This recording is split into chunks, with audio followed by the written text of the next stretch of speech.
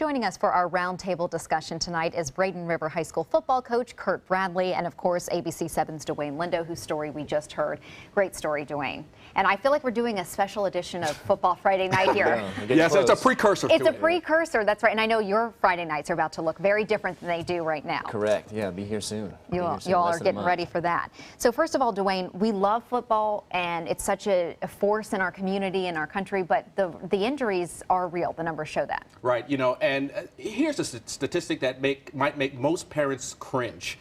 High school football accounts for 47% of all reported sports concussions, with 33% of concussions occurring during practice. So I think the organization, Florida High School Athletic Association, kind of realizes this, that they need to keep kids safe. And more importantly, I think coaches realize this. I spoke to many of the coaches on the Sun Coast, Sarasota County, as well as Manatee County. And a lot of these coaches have been doing this, protecting their kids for the last 3, 4, 5, 6 years. So they're savvy, meaning the coaches are savvy about how to protect their kids on the field with correct tackling. And that makes parents feel better, I know that. Absolutely. And Coach Bradley, what are you doing currently, other than following the rules, of course, but what are you doing to make sure your athletes stay safe and healthy? Yeah, you know, it's not the 70s anymore where you're just trying to be the most strong physical team out there that just, you know, toughness wins all the time. You know, times have changed. I was fortunate enough to be able to, you know, play and coach at the collegiate level where you kind of learn these things, and just a trickle-down effect where you want to be healthy on Friday night or Saturday night. You want to go into the week and, you know, you want to learn the schemes and do those things, but at the end of the day, you want to be healthy when the game comes. And so in order to do that, we took hitting completely out of practice. We do not tackle live to the ground from August 1st until the end of the season in practice. We get enough of that on Friday nights with our opponent. So we do everything what we call a thud tempo, where you are, you know, making contact, but you are teaching the fundamentals of tackling, because at the end of the day, teaching kids to keep their head up, eyes up, and those techniques where you learn them in practice carry over into Friday night so that you can keep kids, you know, in as safe as possible. Do concussions happen? Yes, but the fewer times you hit and tackle live to the ground, the fewer chances there are of concussions. So what I'm hearing is that you're okay with these new rules? Yes, I'm definitely okay. You know, they won't affect us at all as far as how our practice schedule. The only thing they affect is the first few days of practice, where you know, what you can do in the first day of practice, where normally we would do light contact as far as teaching the fundamentals of literally walking through the steps of how we tackle. And the new rules of the FHSA kind of take that away from us. So there is a kind of give and take that could be a negative with these rules, but at the end of the day, there are some coaches that continue to just hit and bang all day in practice, and that's not what's good. So it kind of, you know, takes away from some of the teaching aspects that some programs can do on a weekly basis. And I know parents are scared, Dwayne, from all the reporting that you've done while you were out there. If you had small children, would you feel comfortable putting them into football now?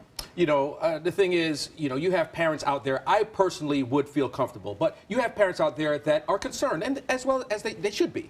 So I think the key thing here is coaches from the Pee-wee level all the way up to the high school level here on the Sun Coast. I think coaches need to recognize, and I think most of the coaches do, need to recognize that safety should be the #1 concern for these kids. And if the coaches realize that, I think that would minimize the injuries considerably.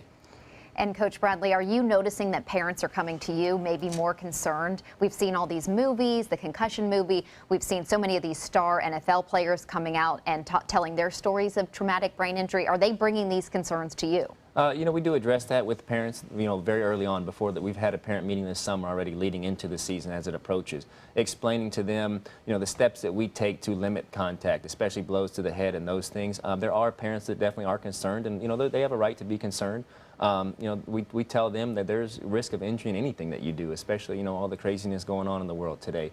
But the one thing we tell them is we will do the best we can to take care of their children, and part of that falls on coaches to develop a practice plan that limits that type of contact and those things. Now, are there accidents that happen? Yes, you can't prevent those. But, you know, parents are also aware that, you know, there is injury involved with football, and some parents do not allow their kids to play, which, you know, I feel like at the same time, football is the ultimate team game that can lead to so many different things. There's so many great things that come out of it between, you know, teamwork and scholarship opportunities that, you know, there's a lot of bad press about football, and I think some of the great things about it get overlooked at times. Yeah, do you see it as an opportunity for a lot of people in our community to get to college and to get college paid for, and you see it that way. Yes, ma'am. We had last year we had 6 football players sign a full scholarship. We had another 5 that signed partial scholarships to get college paid for, that some of these young men would not have any other ways to get out of some of the circumstances that they are in. And so that's,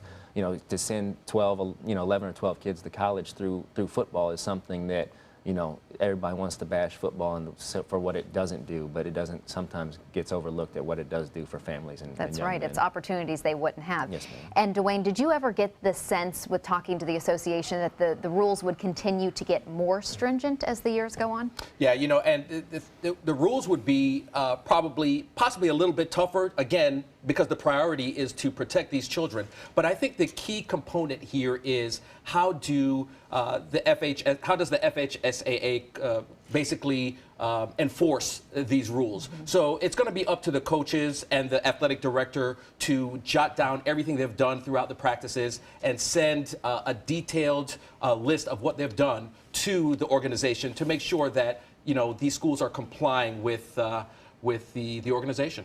And have you found that paperwork to be a little bit of a burden if you're already really busy? Yeah, I mean, it's frustrating, not frustrating, but it's kind of disappointing when you've been doing things that way all along, and now to have to go that extra mile. But at the end of the day, it's about safety. A couple years back, it was the heat and all those things that were causing the concerns, and so they addressed that with more paperwork and those things, and now we've moved on to the concussions. And so it's just it's every day there's liability in everything, and so I do think there needs to be a little more communication between the FHSAA and the coaches. Because, like we said, I mean, we practice tackling every single day, but it's not live contact or game simulated. It is a practice. It's a way that we teach so that when we do tackle, we can be more safe. And so, we can do the detailed things, and there's always coaches that will not do those or will, falsify them in some way, shape, or form. But, if you care about kids, which I think most coaches do, you'll do things the right way and do right by them and their families. And you don't want them out with concussions. You want them playing on Friday night, right? That's why it's important.